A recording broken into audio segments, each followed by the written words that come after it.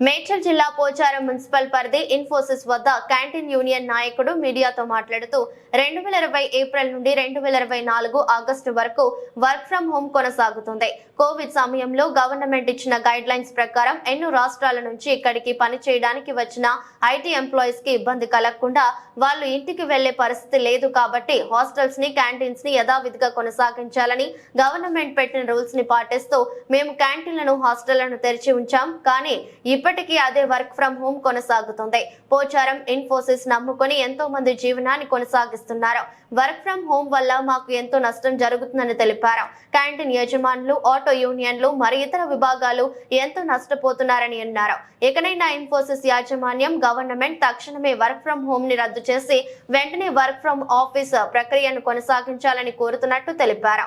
ఈ కార్యక్రమంలో IT corridor association president Amarnath Reddy, secretary Karunakar, Mahidhar, building owners Ram Reddy, Sudheer Reddy, Upender తదితరులు పాల్గొన్నారు.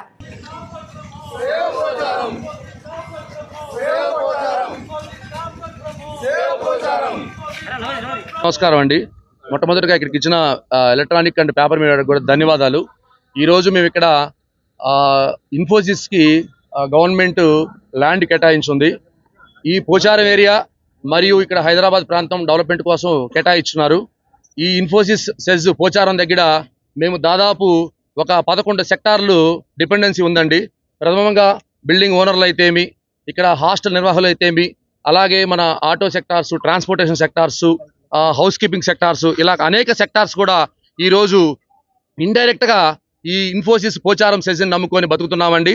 కోవిడ్ తర్వాత సెంట్రల్ గవర్నమెంట్, స్టేట్ గవర్నమెంట్ కూడా ఈ కంపెనీలు పూర్తి స్థాయిలో తెరిపించండి, ఎంప్లాయీస్ని మళ్ళీ పిలిపించండి, ఎంప్లాయీస్కి ఏమేమి కావాలో రిక్వైర్మెంట్స్ అంతా ఫుల్ఫిల్ చేయండి, వర్క్ ఫ్రమ్ హోమ్ నుంచి అందరినీ ఆఫీస్కి పిలిపించి చేస్తే అక్కడ ఉన్న ఇండైరెక్ట్గా ఎవరైతే డిపెండెన్సీ ఉన్నారో వాళ్ళందరూ కూడా ప్రయోజనాలు కూడా ఫుల్ఫిల్ అవుతాయి, అన్ని కుటుంబాలు కూడా బాగుపడతారని నేపథ్యంలో కోవిడ్ తర్వాత సెంట్రల్ అండ్ స్టేట్ గవర్నమెంట్ కూడా ఒక అడుగు ముందుకేసి చెప్పడం జరిగిందండి.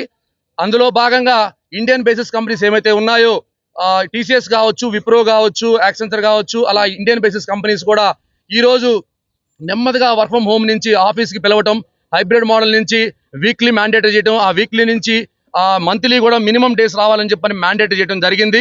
ఇన్ఫోసిస్ కూడా గతంలో అలాగే చేశారండి. మరి ఇప్పుడు ఏమైందో తెలియదు. కానీ ఈరోజు ఇక్కడ ఇన్ఫోసిస్ ఎలా ఉందంటే ఆపరేషన్స్ 10% మాత్రమే ఇక్కడ నడుస్తూ ఉంది. ఎక్కువ వర్చువల్గా మాత్రమే మొగ్గు చూపుతా ఉన్నారండి. ఈ వర్చువల్ యాక్టివిటీస్కి ఇన్ఫోసిస్ కార్యక్రమాలు మొగ్గు చూపుతున్నప్పుడు ఇక్కడ చాలా మంది మేము ఇంపాక్ట్ అవుతా ఉన్నాము. మొట్టమొదటి ఏమైతే చెప్పాను ఈ సెక్టార్స్ ఇంపాక్ట్ అవుతున్నామండి. గవర్నమెంట్ ఎంప్లాయ్మెంట్ కోసం ఇచ్చింది కంపెనీకి, అలాగే కాకుండా అందులోనే భాగంగా ఇక్కడ అనేక సెక్టార్స్ కూడా అభివృద్ధి చెందాలి, ప్రాంతం అభివృద్ధి చెందాలి. హైదరాబాద్కి వచ్చి అనేక రాష్ట్రాల నుంచి అనేక మంది వచ్చి రకరకాల వృత్తి నిమిత్తం ఇక్కడ జీవనం కొనసాగిస్తారండి. చదువుకున్న వాళ్ళు, చదువుకునే వాళ్ళు కూడా అందరూ ఇక్కడ నమ్ముకొని ఉన్నారు.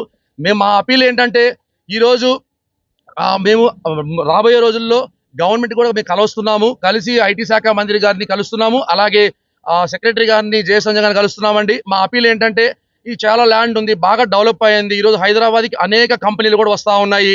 ఈరోజు మొన్న కూడా ఇటీవల కాలంలో గవర్నమెంట్ 31,000 కోట్ల పెట్టుబడులు కూడా తీసుకొని వచ్చింది. దానికి అందరం కూడా మేము గర్విస్తా ఉన్నాము. ఇక్కడ ఎందుకంటే ఇంత డిమాండ్ ఉంది మనకి ఈరోజు తెలంగాణ ప్రాంతంలో హైదరాబాద్కి. ఎందుకంటే 29 రాష్ట్రాల ప్రజలు నివసిస్తూ ఉన్నారు. అందులో భాగంగా మేము అనేది కోరుకునేది ఏంటంటే ఇక్కడ పెద్ద ల్యాండ్ బాగా డెవలప్ అయ్యి ఉంది.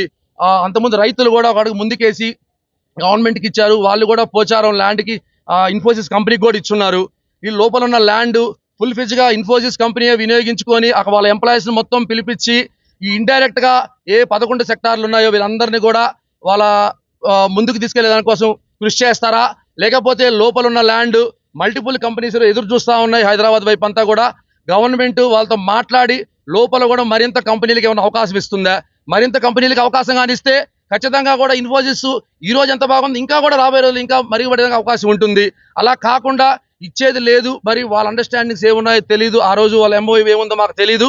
లేదు, దానికి ఇన్ఫోసిస్కే ఉండాలి.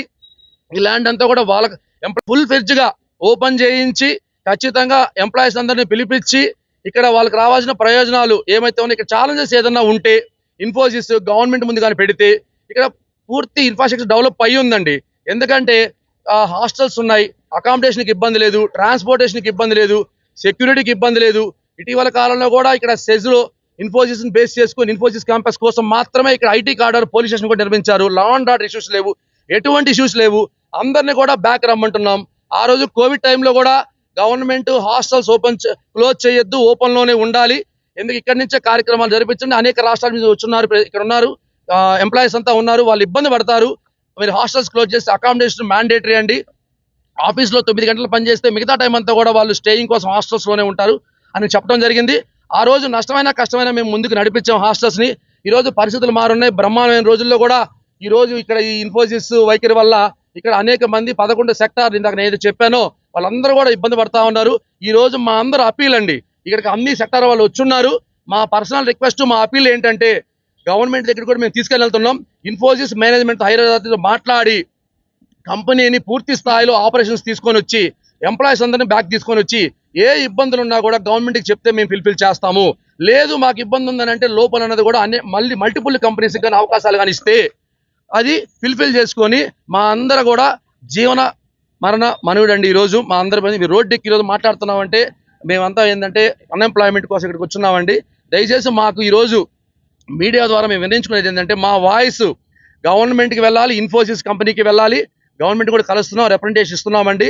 ఈరోజు పూర్తి స్థాయిలో ఇన్ఫోసిస్ ఆపరేషన్స్ చేసి మళ్ళీ పూర్తిగా డెవలప్మెంట్ చేసి పోచారం డెవలప్మెంట్ కోసం ఇన్ఫోసిస్ ఒక అడుగు ముందుకేసి ఫిల్ఫిల్ చేయాలని చెప్పని కోరుకుంటున్నామండి. ఐటీ సెక్టార్లో 4500 హాస్టల్స్ ఉన్నాయి సార్. 4500 పైన హాస్టల్స్ అంటే దగ్గరగా డైరెక్ట్గా 1,00,000 మంది నిరుద్యోగులు బతుకుతున్నారు. ఇండైరెక్ట్ గా వాళ్ళ ఫ్యామిలీ మెంబర్స్ ఎంతో మంది ఉన్నారు. మేము వాళ్ళకి నిత్యం వాళ్ళకి ఇక్కడ మేము వాళ్ళ హాస్టల్స్ లో పెట్టుకొని వాళ్ళకి 3 పూటల ఫుడ్ ఇచ్చి సకల సౌకర్యాలు అందిస్తున్నాం మేము ఇక్కడ వాళ్ళకి.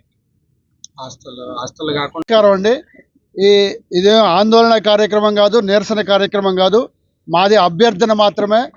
ఈ హాస్టల్ ఐటీ క్యారిడర్ హాస్టల్ అసోసియేషన్తో పాటు ఈ ప్రాంత బిల్డింగ్ ఓనర్స్ కానివ్వండి, మన పోచారం ప్రాంత అభివృద్ధి కమిటీ పేరుతోటి మేము విన్నవించే ఒక అభ్యర్థన కార్యక్రమం ఇది. ఇన్ఫోసిస్ కంపెనీ ఎంప్లాయీస్ని ఖచ్చితంగా వర్క్ ఫ్రమ్ హోమ్ నుంచి పిలిచి అందరికీ ఈ ప్రాంత అభివృద్ధికి తోడ్పడాలా. మా బిల్డింగ్స్ హాస్టల్స్ అనేది ఒక భాగం, కానీ ఈ ప్రాంతం అభివృద్ధి చెందాలి అనే ఇన్ఫోసిస్కి ల్యాండ్ కేటాయించడం, సెజ్ ఇవ్వడం అనేది జరిగింది.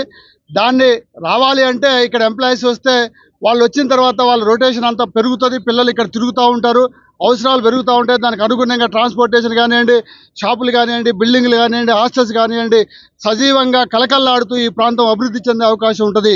పోచారం ప్రాంత అభివృద్ధికి మాత్రమే కట్టుబడి మేము ఈ రకంగా కార్యక్రమం చేస్తున్నాం తప్ప స్వలాభం కోసమో దేన్నో ఆశించి మేము ఈ కార్యక్రమం చేయట్లేదు. మేము ఐటీ క్యారిడర్